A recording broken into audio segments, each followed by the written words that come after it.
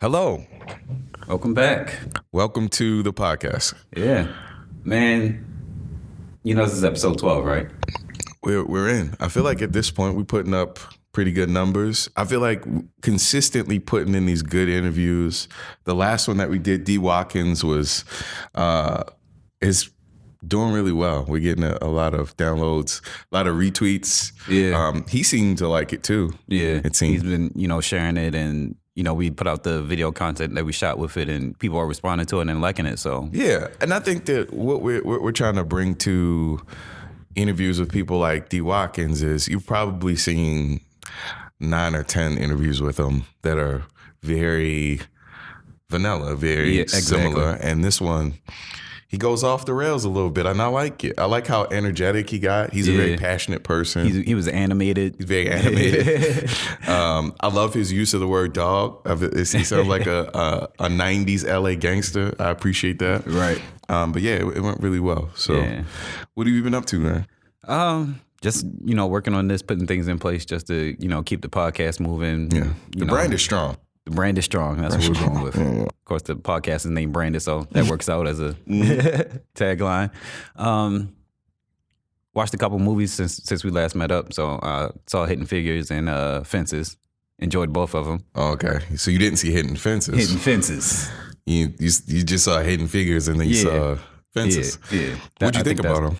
I like both of them. Fences, it took me a while to get into because it's based off a play, so it's all shot in that one setting, so it's hard to do an entire movie like that. But once it got to the climax and really got into the story of the dynamic of Viola Davis and Denzel and their characters, that's when I really got into it. And then the son, so it was a relatable story, and a story that you hear often, even today, even though it's everybody has dad based issues. In the 50s. Everybody has dad issues. Every single person I know has dad issues. So. Not even gonna lie, I got a little emotional after I watched Hidden Figures, though. Oh, it was a great. Yeah. And I have a mom that's in the science field, so she got really emotional about it too. And then also, she's a little afraid of the administration and science funding and stuff like that. So it's going to be an interesting couple of months, man. Yeah. Like, science funding could get cut. He doesn't believe in certain things. Like, science funding is getting cut. Art funds are getting cut. So it's a lot of things that are going on. It's a little crazy. Yeah. But you got to stay positive. That's why we highlight creatives. That's important. Yeah. And we have a creative. Yeah. Sir, introduce yourself, please. What's going on? My name is Joey Malinski, and I'm from ATB Productions, which is a video production company here in Baltimore. Cool. So I met you a couple years ago, but I met you while I was doing stand-up, and you have some background in some comedic acting / stuff, right? Yeah. I mean, I'm a storyteller by trait, so what I always wanted to do as a kid was, tell stories. So when you're a kid, you have to be in front of the camera, and I fell in love with it. But I didn't have a lot of people to do it with, so I learned behind the scenes at the same time. So now I'm proficient at one, and I'm trying to be more proficient at on-camera stuff. Gotcha. Okay. So I love comedy, though. Okay. So I've seen some of your shorts. You had one where you were like doing like subway athletics or something like that. Yeah, subway workout's probably one of my favorite ones. Like jumping over the turnstile. Yeah, I got to be a different character. I got to be this guy named Rob. Yo, what's going on? Working on the subway, it's difficult, man. There's too many people down here. I was living in New York at the time, so I brought the Maryland flavor up there. But New York's all about looks and getting in shape, and I was not. So I had no money for any gym, so thought we could just work out on that subway. So you're originally from Baltimore, though? Yeah, I was born here. I was born in Brooklyn Park. I grew up in Brooklyn Park before moving to Kent Island. Okay. So my company's called Across the Bridge because, anytime I had to do anything at all, I had to go across the bridge because I was living in the boondocks. But it's also that spot in your life where you get to the point where you have to make a decision. Are you going to do something that you care and love about and go across that bridge, or are you going to, sit on the other side and let life pass you by? So it has both meanings to it. Well, I noticed something about how you go about your business. I think that you purposefully came back to Baltimore. Why is that? Growing up, when I was looking at opportunities to go to school or do what I wanted to do, there wasn't a lot. Like Towson is better today, and it is an opportunity for for kids to come out and have a good knowledge of the film. But when I was growing up, it didn't seem like that. So I had to either go to LA or New York, and I chose New York. But I wanted to come back and try to bring jobs, hire people that I like and do video, because the internet kind of is the distribution model nowadays. You don't need to be in these mega centers to do video. You can do them wherever you want. Gotcha. And, so let's do them here. Cool. When was your first paying video job? Was it editing, or did you... My first paying video job would be production work, production assistance work, which I did for, I would say 3 years in a variety of roles, from driving the 15-foot cube truck through New York City when I was scared to drive in New York at all. And they handed me my first day, my first real production day where I'm getting paid. They handed me $2,000 in cash, no ID yet, and then go tell me to pick up a truck and drive it back to this place. I was like, okay. And I just did it, but not with them being terrified. Right. Took off a couple mirrors, side mirrors and stuff. Just keep going. Cool. So, getting into film, was that something that you did throughout school, or did you change your idea of what you wanted to be when you grew up? I haven't changed paths since I was in like sixth grade. Okay. So anytime there was a video project in school, I would do one. And then when I came to high school, I took every class you could possibly take, and then actually created my own class. I actually went to the principal and said, I would like to make a class with me and another guy. It's called Independent Film Study. We will have no teacher, and I will do all the grading. And they put it on the books. So wow. So my senior year, I just sat in a room and learned editing and didn't come out. Gotcha. Dope. Which on the performance side was a little crappy for me, because I wanted to perform as well. But all the plays in high school are like lame ass musicals, man. And I don't understand why they don't have like cool drama, like cool acting. Like acting is, not to say it's lame in high school, but it's pretty lame in high school. I don't understand why they didn't let like. And it feels like it's the same like 5 plays that they like always Bye do. Birdie. Like that's not. I wanted to actually, explore the mind of a teenager, which at only the time when I was a teenager. You know what I'm saying? Like I think that's a lost voice that they need to promote more in high school. Yeah. Who cares about my grandma seeing a play? Let's bring in the kids of the school and have them see the play too. Yeah. One of the things that comes with just video production in general is like a standard of quality. How'd you develop a standard of quality for what you want to put out? What were you comparing it to? What, you know what I mean? Like, sure, I definitely bite from everybody. I tried. I think if you're not biting, you're not learning. So there's a lot of people better than me, but I think I always preach honesty in the work. There's truth in editing. If there's every cut you make, or especially in editing, everything you do, look for the truth in it, and that's kind of been how I've mapped out my visual style. I like Judd Apatow style of filmmaking, where there seems like you're hanging out with them, even though it's highly produced. Yeah. And that's kind of the goal. Woody Allen comes to mind too. I know he had a little problem with his personal life, but his psychosis on screen, I always felt was like he got to have that therapeutic release on screen, and then it felt natural a little bit. It's hard to create comfort and like make something look easy. I was watching, I always bring this up, but I was watching this documentary about Justin Timberlake, and he was talking about how basically he dances for hours and hours and hours to make this look like an easy thing, to just smile and dance and look very casual at something that's very hard to do. So I think that's a cool thing to keep in mind. I worked with Justin Timberlake on a Ciera music video. Really? Not going to know the name, but body sex match, body something. Anyway, Justin gets to say this lady Ciera danced for like 18 hours that day. She's a champ in that. Body party probably. Okay. But anyway, he steps on the set and he doesn't quite know what's going on yet, and he's like, all right, what's my first scene? And she goes, the director was this lady in sweatpants, and she was like real like gangster with it, and she was like she was telling Ciera like get nasty with it, but she told Justin, all right, he's gonna lay down, and Ciera's gonna basically ride you. Like that was, he's like, all right, so what am I doing now? Like, all right, if I have to, So that literally was his first scene. He just laid down, and she rided up on him. So, oh wow, he was a cool dude. That was pretty cool to see. Gotcha. So you've had some. So production has changed from. It looks like you've had some interactions with like famous people and stuff like that.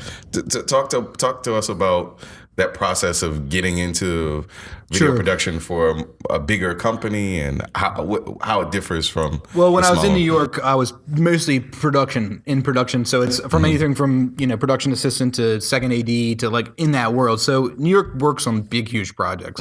So even I'm the smallest man on the totem pole, we're still working with Ron Howard's and like the, big monsters of the game. Wow. So, so when I was making the transition to Baltimore, I thought, man, I know what these numbers are. I know how much these products are costing because I was a director's assistant for a while too, where I got to be in the whole process of creating something.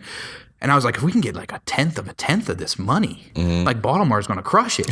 And then I got down here and I'm like, man, we ain't getting a tenth of this money. Where are we? Like these budgets are crazy down here. So I learned a whole different style of production. It's, the micro crew, it's not that we don't have commercial work here, and there is commercial work that I haven't gotten to work on too much. So it's just like middle-range web series corporate world that is a totally different style. But over the years, I've been trying to keep crawling back up to where it is, where it was. Gotcha. So your time in New York, like what were some of your favorite projects that you were working on when you were up there? I did a lot of commercial work. So I did a lot of things my personal stuff is I got to learn how to edit. So I got to do promos for Def Jam, promos for like lifestyle blogs and learn my voice. But on the big projects, I think it was just seeing professionals do it at the highest level. Right. I always say my favorite job was a Wally Pfister commercial. Wally Pfister shot Batman. He's an Oscar-winning cinematographer. He carried the camera on his shoulder and did very little lighting. He like would look at a scene with natural light and then shoot it. And I was a director assistant for that. I only had 2 real jobs, like have a cold water and a warm water, and don't let his his personal camera, which was like a cheap Nikon, hit the ground. That was the only rules. And I was the fifth director's assistant because he fired all the other ones. Wow. And I love the dude. He actually started Salisbury State's TV program. So it was like once we told him I was from the Eastern Shore, we kind of like clicked. But he seeing that master be able to do, like, these commercials have all this lighting and they bring in like trucks. And we had the trucks of lighting.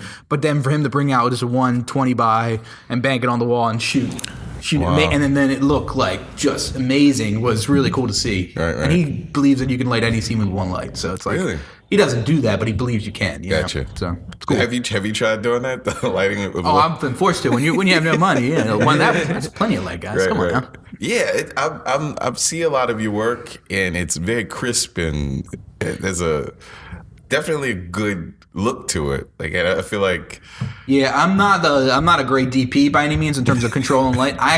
Light is not my friend. Where like if you're a DP or a real, that is what your craft, you love working with light. I want it to look like how we're seeing it. But unfortunately cameras can't do that. So I'm trying not to show any light at all. I'd rather it look like this every time, where the masters will control that light and give you creative mood and stuff. My naturalism side of filmmaking, I try to stay away as much as I can from lighting. Okay. I know that's for filmmakers, so like this guy, but I got you. Whatever. So, if you look at your credits online, you did the Future documentary that wound up airing. How was it shooting something that had some parameters? Like, you have a network saying, shoot it like this, do this. I was more tell a story like this. I was more of the editor on that one. Okay. So, and there really wasn't parameters on that. That was that came through series of edits instead of like we originally was supposed to go with the CD. So it was like, I believe it was supposed to be released as like a deluxe package. Oh, okay. And then as it morphed and it started out as like a 3-day shoot, and then the guy traveled with him to Milan, the shooter, and then he traveled with him here and here, and it grew over time to where now we have, what was started out as a 9-minute documentary, now we're at 40 minutes, so we have to cut down to 22. Gotcha. It's for broadcast. And then they actually cut it up and put it on like 4-minute segments onto like wherever they, MTV2, I believe is where it ran. Yeah. I think it's actually on like Vivo now. Now it's on Vivo and it's in its completion, I believe. But when I watched it online, they did it out of wood. It was like really weird. I was like, okay, they're starting with the middle, and then there's Gotcha. Gotcha. Yeah. So preparing for it seems like in a production company, you kind of have to have like a Swiss Army knife when it comes to skill set and stuff like that. How do you adjust to these projects, like doing something for, a commercial deal to doing, like, how do you? I always try to come up with an idea that I can get behind myself. And if I can't see as a director, when the project fails, when I can't see it in my brain. Gotcha. So when the client says they want something that I have a vision, and then they say they have a different vision, but I can't 100% see it, that project will ultimately fail. So because I don't know how to get it to fruition. I'll shoot and then I'll overshoot, and then the editors hate me. So it's like I try to be make the best product you can for each individual client. It's different for each one, but try to do something that you can be proud of, even when it's a corporate talking. Gotcha. Cool. So that transition from New York coming back here, like what was the final deciding factor for you to actually come here, set up shop, and start working? It came down to a man, actually. There was Steve Smallman is the owner operator of 15-4, which is when I moved back to Baltimore, I became the creative director over there. I started as the editor, became a creative director, but he was one of those guys you meet and you're like, wow, this guy is an amazing leader, an amazing man, and I don't meet that many of those. I'm a good people reader. Ronald's a good person. You can, when I know him, and I feel that from you. I appreciate it. He was like one of the greatest guys I met. And then he proved it. So I got to learn under him, and that was the major deciding factor. The money was actually lower than what I was making in New York, and then when I got here, my bills were actually higher. They always said that Baltimore's cheaper. My cost of living went up, and then I was like, I actually lost money for the first, I think, 3 months before I got a raise over at work in there. I was losing money per month. So I was like, ooh. So yeah, you really have to love what you do, man. I was like, it came to a fold. Like, if this continues this way, I'm not going to be able to still continue to work. Right. But that's when I went from editor to creative director and got a little bump in pay. So when did you form your production company? I formed ATB when I was in New York still, but obviously it went dormant when I left. So there was a 3-year period where I was a creative director at 15-4 before starting this. So now we're in year 3 of my own company, and I was in my basement by myself. Then I was in my basement with one editor, Colin Baker. He's the comedian and awesome guy. Then I moved to a space and got a new employee, and now I'm in a new space with additional employees. So now we have 4 people on our team total. Oh, cool. And we've grown more than 30% every year. So wow. My numbers, I put goals. I'm getting to be more of a business guy. That's probably not a business term, is it? Business guy. Business guy. I'm being a business guy. With 5 U's. I put numbers on a page, and I'm like, let's hit those numbers. How are you going to get them? I don't have a plan. Right. I just have numbers. But we hit them. So that's pretty amazing, exciting. man. That's cool, man. That's really cool. So, what's the overall goal with the company? Like, what direction do you want to take it, and where do you see it? Like, once you, I want to become one of Baltimore's major sources for video content, and I would like it to have a portion of it be original content and tell voices of Baltimore. That's why I will hear your project out and then judge you how much you have everything backed up. But I want to tell. I think I've said this before, but I want Baltimore to be the Portland of the East Coast, where outside companies come here because we are creative. And I think we have a voice that's different than New York and LA. Right. LA is I think horrible, but LA it's like that. It's like that. We know we're cooler than you guys, and New York is a little more grinder than we are. And here I think we're a little more blue collar, which I think speaks to the country more. So I think, and our creative is a little more weird, but a little more personable. So I think that right there to me is where you should land if you're most of these major companies. So do you think with companies like Under Armour coming and building up like they are, you think that's helping with the scene? Oh yeah, I think Under Armour. I would give Kevin Plank whatever he needs. When they started, asking having that problem with the $550 million whatever tax break he wanted or whatever, I give it to him, man. He made a whole Locust Point. If you look at housing prices for each one of those houses times 1,500 houses over there, like everyone went up 40 grand, 50 grand, like at least. He changed the economy. I mean, he changed that whole thing, and now you want planets over there, and like that whole Key Highway strip looks amazing now, and then it's only going to change over there wherever he's doing Locust Point or wherever he's doing it. And it's opening up a ton of jobs, which is really cool. Yeah. I mean, he wants to start producing shoes here, which is amazing. So I mean, it's opening up jobs and making the port again be the port of Baltimore. Like Maryland's so tied to water and so tied to our we love that stuff. It's like the flag. We just geek out on it, and to become a major port again is awesome. So it is. Definitely. So what are your plans? Where do you see the production company? Well, When you think about it in a couple of years, when I think about it, I always get personal with it. I'm trying to make. I'm trying to I'm always obviously trying to grow the company and give more jobs to people that I like. Mm-hmm. But as a more personal goal is I want to make original content that I get to star in or be in a comedy way. And I have a couple products that I want. I have a feature that I wrote that I would love to produce, and I have a web series that I think is super funny. But have you started production on it yet? The thing is, I have a hard time with control. And what I need is a producer that's somebody that I can be the role that of director, actor, or actor director, if that makes any sense, where I don't have to get people together and get, you know what I'm saying, where I can concentrate on that, which, I don't have that person. So. Yeah. Well, at least you know that about yourself. Yeah. You know what I mean? Because it's important, because some people, I feel like they bite off more than they could chew, and then they're like, fuck them. Yeah. I don't want to do all these things. Exactly. Yeah. And it's just I can't get the starting point because without that person, I don't think I can get the starting point of it. Right. So you come back home, you set up shop, you said you 3 years ago. What was that project that made you feel like this might actually work out for me? And it was more of a it was more of I got tired of my last job, and I waved the white flag. And I was actually developed a health condition that I didn't know was because of stress. I was the head of a lot of projects at one point, and it was just I couldn't sleep at night and yada yada. And then I actually had a health problem that when I quit my job, which I didn't have a plan. I just knew I could always sell video. I can make good video and I can sell video. So I wasn't too scared. But as soon as I quit, the health condition that we couldn't figure out for months went away. Wow. So it was literally just stress. But I checked it, had the doctors check me out multiple times. Yeah. So Jesus.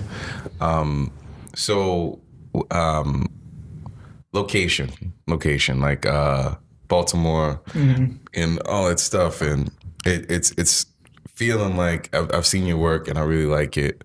When you think about Baltimore, you want it to be synonymous with your production company? You want somebody to be like, Baltimore, oh, that's... Ooh. I would love... Well, yeah, I mean, if we think of our heroes in Baltimore, we do equate the celebrity with the city. Yeah. Like John Waters and, even Matt Porterfield, you equate the people to the city. So I would love to have that right next to it. Barry Levinson, you know what I'm saying? Diner, if I could make a diner that is so classically Baltimore, or any Waters film where it's that feels Baltimore, I would be satisfied I only need to make one film as a filmmaker in order for it to feel like I've accomplished my dream. Gotcha. So, and it is a localized story, coming of age with a good-hearted lead who God always plays tricks on him, but in the end it works out. You know what I'm saying? That's the story. Whether or not the characters will change, but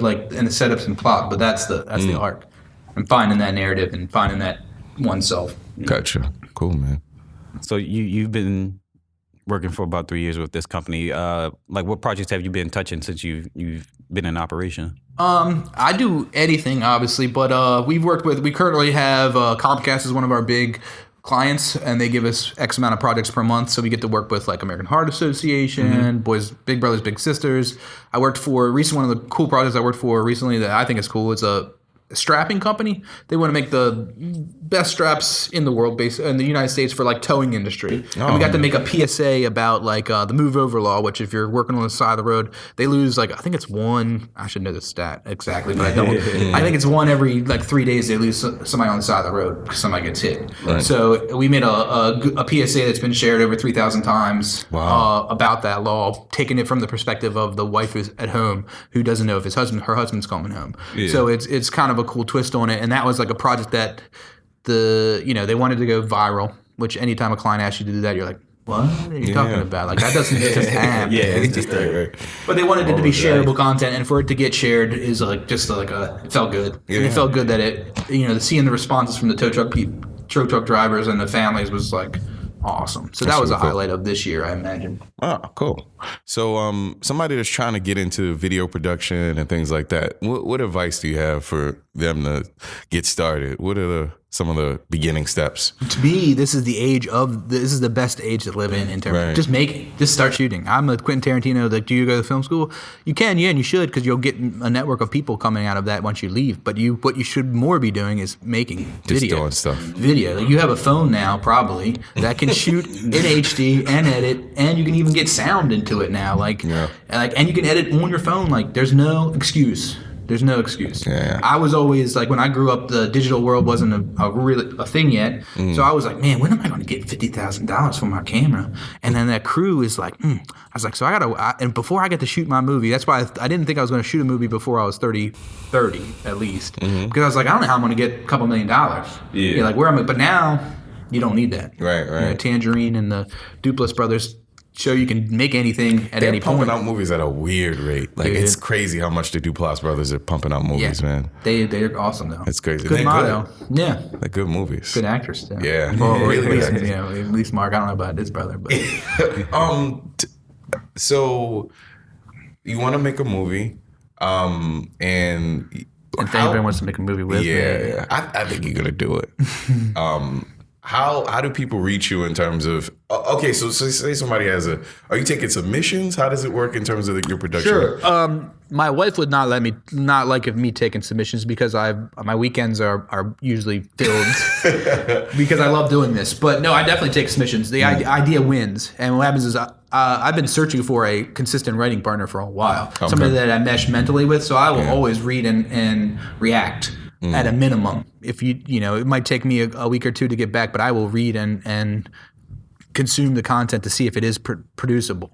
And then I will probably throw you a series of questions back on what do you have ready for this and where you see this going in order to know if I could take the time out of my schedule to make it. Cool. But I'm definitely always trying to make original content. And I would like my YouTube channel or channel to be user submittable to where we could create a voice in this area and continue to grow that, because I do think that's our biggest flaw right now. I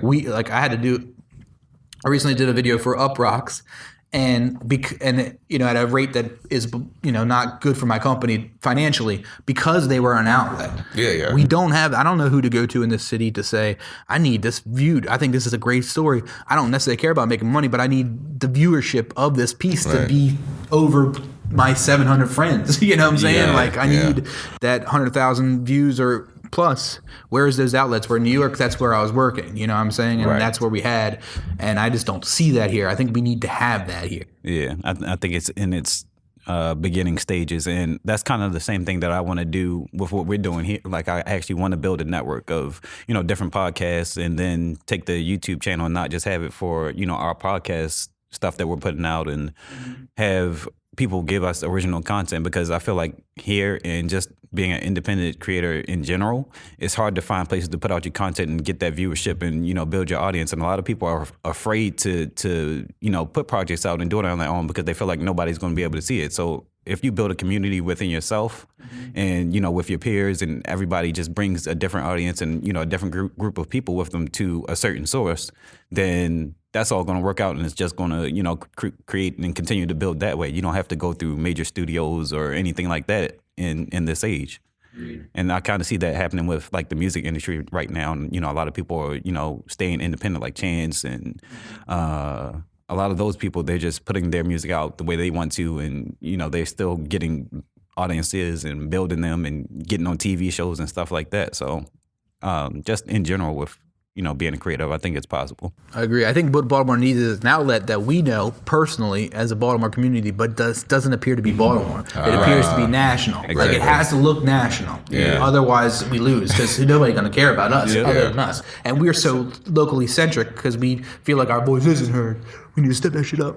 Yeah. But, we got to have a national audience. I think we can. Yeah. There's a lot of New York-centric things, and it's kind of hard to deal with. Like, everything is a reference to a bagel shop in New York or a street or a community. And we talk about that, like, when we listen to like certain podcasts or watch certain shows, and they just talk because they're so engulfed in their own culture, like they feel like everybody should know what they're talking about, and it's not the case. They're like, I went to the Bronx and got a chopped cheese, and you're like, come on, man, like you can make the voice universal. So I hear that, man. So we have this section in our podcast called the Branded 10. And basically what we do is we get the guests to give us 10 songs. You don't have to do it now. We've only had one person doing it on the spot, so don't feel pressure doing it right now. This guy named 10 songs off the top. But we'll give you a little time to have 10 songs that kind of represent you, and then they have to be Spotify compatible because we're going to put it on Spotify, but we'll share it. So also related to likes and things like that, favorite movies. What are your favorite movies of all time? Okay, that's a good one. I always say this one just to start it, just to set the bar lower. I go like Wedding Singer, as because it's a male-driven romantic comedy, and ultimately that is similar. Like, you know, if you look at what I said earlier about who would I would want to do as a guy figuring out himself, you got a good guy, good-hearted. So that obviously that's not a very great movie, but I like it. So then if I was talking about good movies, like Memento was mind changing, like, you know, changing for me. Like when I saw that, I watched it like 7 times and I brought it to everybody's house and was like, no, you're sitting down and watching this movie. When I seen Snatch in a movie theater, I was like, ooh, that's the music video meets narrative that I'm going to steal throughout my life. And I still do that all the time. Like I love that attitude. I love that pacing, and I love the grittiness of the dialogue. Yeah. Obviously, Fight Club for David Fincher's ability to control environment and control pacing in movies. I think he's a master craftsman. Yeah. American History X was one of those movies in the early on that just, once again, it was a marathon that I was just like brutally heartbroken at the end. But like also like Tony Kaye was, you know, Edward Norton and Tony Kaye in that movie. That the creation of that movie was awesome. Yeah. But then take all those movies, and I'm adding like Super Troopers, because I want to be in a comedy group where my buddies are as funny as we can be in a movie where you can see that they love each other. Yeah.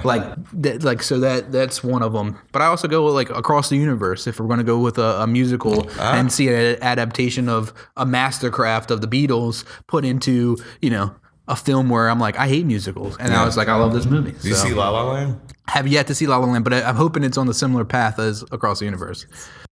It's not, so it doesn't have obviously as much soul as Across the Universe, but it's worth watching. Is it 12 nominations worthy though? I see that.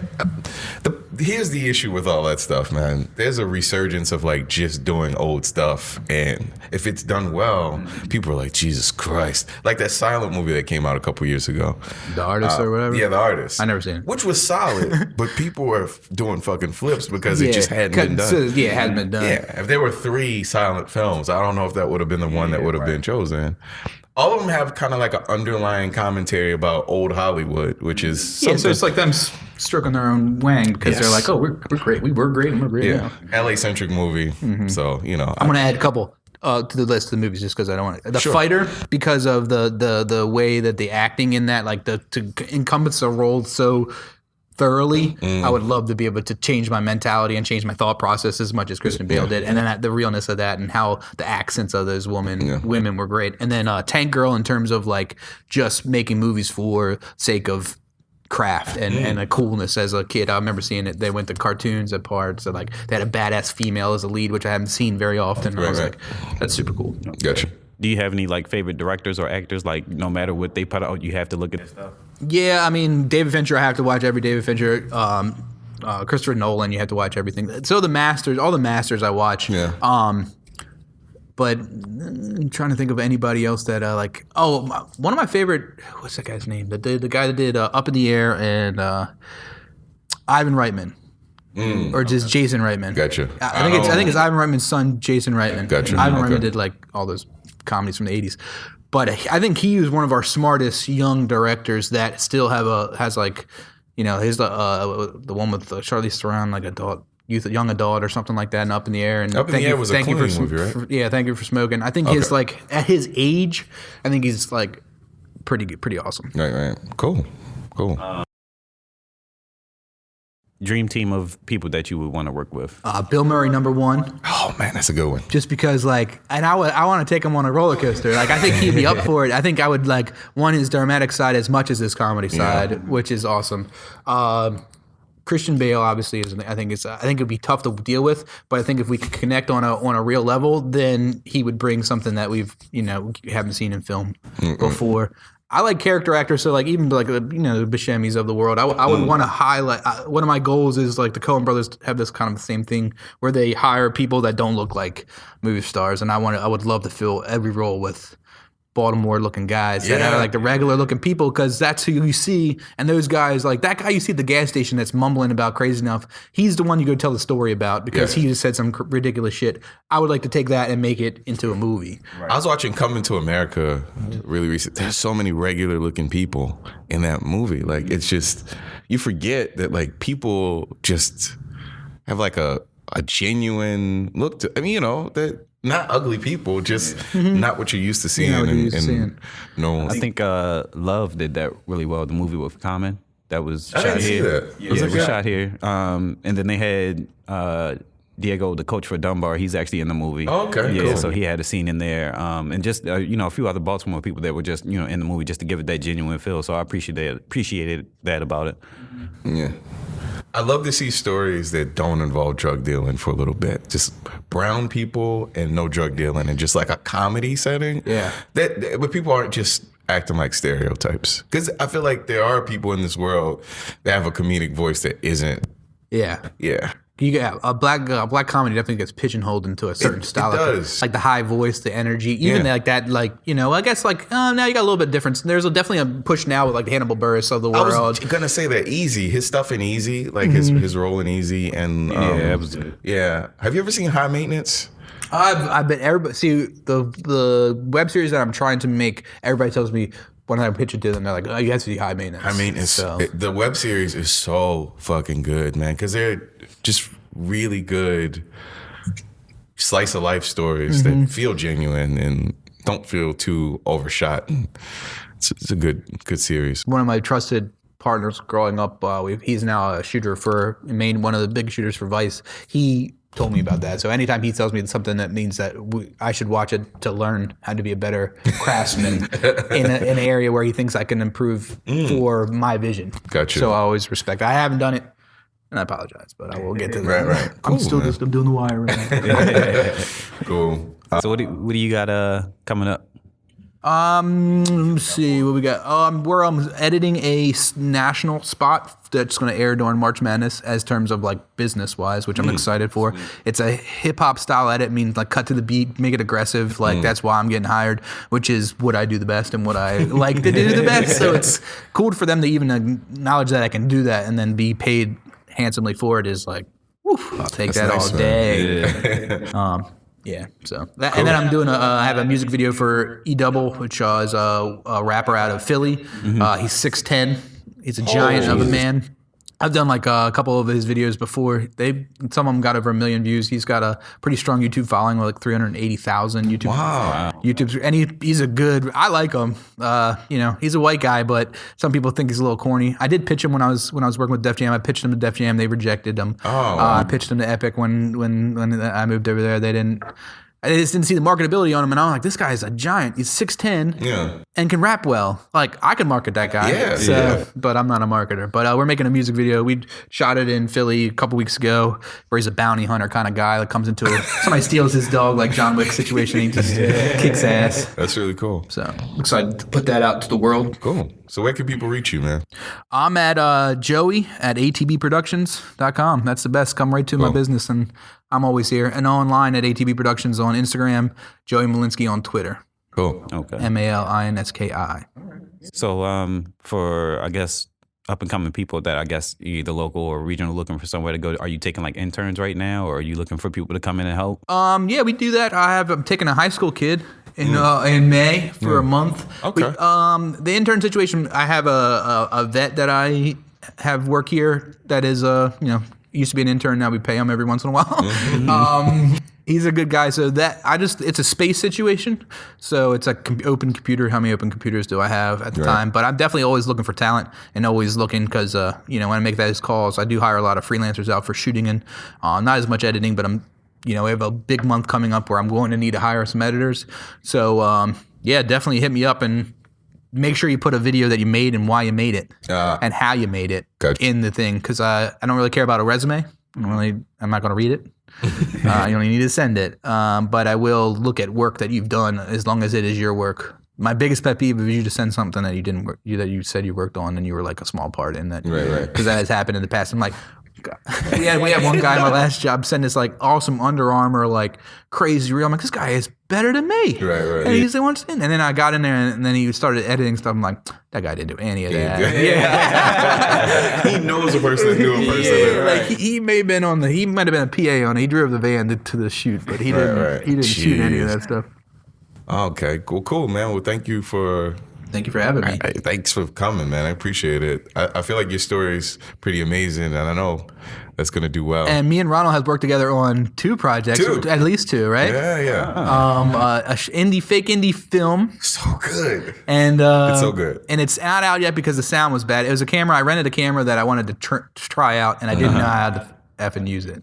Yeah. So I don't know. Am I allowed to cuss on here? Yeah. I didn't know how to use it, so like the sound was crap, but it still looks okay. It's solid. I talked about this girl's butt for like a minute. But you didn't like the ending. You didn't like the title because I stole your joke, which I know it's your joke, so I wanted you to say yay or nay on that. Yeah, just the title was weird, but I just change the title for me. Give me that line. Replace that line, and it's done. We'll replace it, and it's so good to me. Like I feel like it really looks like a rom-com. Yeah, it has the feel of it. I want to release that to the world. I think the world needs to see it. I think it's going to do well. And then we also shot a series at Sidebar where Ronald was one of our stars of that. That was post riot, so so that was a weird. That was a weird night. Because we were that was like right after the uprising, and I was just wanted to talk for a little bit, and the crowd was great that night, man. So it was. So you don't like your video in that one? I love it. Oh, okay. I love that, especially the reveal that I'm in a bathroom. Yeah. Oh yeah, I love that part. Everybody loves that. Yeah. I get a lot of compliments. No, you're I just felt like the jokes were like I had like one of the cleaner bathrooms. You love fingering around the bowl. I love that clip, man. Like it's a cool thing that I could show people to kind of summarize my sense of humor about stuff. So I appreciate you shooting it, man. Yeah, I like Ronald's style. I think he's got a man. classy style. That's unique. Still. I appreciate it, man, and I love what you do. So I'm rooting for you, and hopefully I can be involved in more stuff. Let's do it. Cool. Definitely want to appreciate everybody for listening. Appreciate the feedback that we've been getting. Please give more. Make sure you subscribe. iTunes, SoundCloud, Stitcher, Google Play. iHeartRadio, tune in. Pretty much, like if you say you can't listen to it, you're fucking liar at this point. Like we have it on every Android, super syndicated, Obama phone, sorry, Trump phone. So he actually blocked us, so it's not available on his phone anymore. We're on the other side of the wall. Trump phone, you just answer it and it calls you names, like this makes fun of you. Loser, bastards. He's doing a 90-day review of the podcast to see how we're. Yeah. We appreciate you coming through. Yeah, make sure you check out the website, debonairmaterial.com, Instagram, debonairmaterial. If you want to tweet us at debmaterial, and Ron, where can they reach you personally? Ron James. So I changed it just to make it very simple. Like I feel like I'm going to just tag everything who is Ron James just because I think it's really stupid to have like jokes coming at your mouth, on Instagram, and then people just not knowing who I am. So I just put my name in it. Not real Ron James. You know what I mean? And it's Ron. Do I call you Ron? Or I'll call you Ronald in my brain. I like Ronald, but Ronald James was taken. Okay. And it was too long. That's what it was. Sure. I'm with it too long, but in my when I call you, you're Ronald. I don't mind Ronald. I prefer Ronald, but it's whenever I go to a function and I'm like, hey, my name is Ronald James, they're like, oh, cool, Ron, nice to meet you. I'm like, that's not what I said, but I feel you on that. So I figured I'd lean into it. But I appreciate you using my government. In my mind, you're a Ronald, though. I think it's a little strong. I think Ron is like I don't know. It's too casual. It's a little casual for you. You're smarter than a Ron. Thank you. Because Ron has I'm Uncle Ron. We have in my family, Uncle Ron. He's like my wife's side of the family. He's a really nice guy too, but I think Ronald's a little smarter. I think so too. I appreciate that, man. Well, thanks for listening to the podcast, and stay tuned. We got a lot of good stuff coming. If you have anything that you want to send us our way, like I said, tweet us, tag us, comment. You can also email us, BRNDD at debonairmaterial.com. So, like I said, send suggestions if you have guests, comments, anything like that. Stop sending nudes. Stop it. We're sick of it. But yeah, we've actually got some people that, reached out and actually helped us out along the process. So, like I said, keep doing that. Anything before we go on? I think that's it. I think if there's anything I've learned from all of these podcasts that we've done is that the dream is real. You could do something creative, keep at it, stay positive. It's possible. So are we calling this season 1 since we're 12 deep? I feel think like so, we can. man. Yeah. I think so. Baker's dozen. Yeah. We just glazed your faces with. Oh, that was weird. Ooh. It's a Baker's dozen. That did not happen here. That was a different podcast. The Bang Bros. But yeah, Baker's dozen, man. That's good. Yeah. So yeah, we did the pre-episodes. Do you want to do another best of before we start season 2, or? No.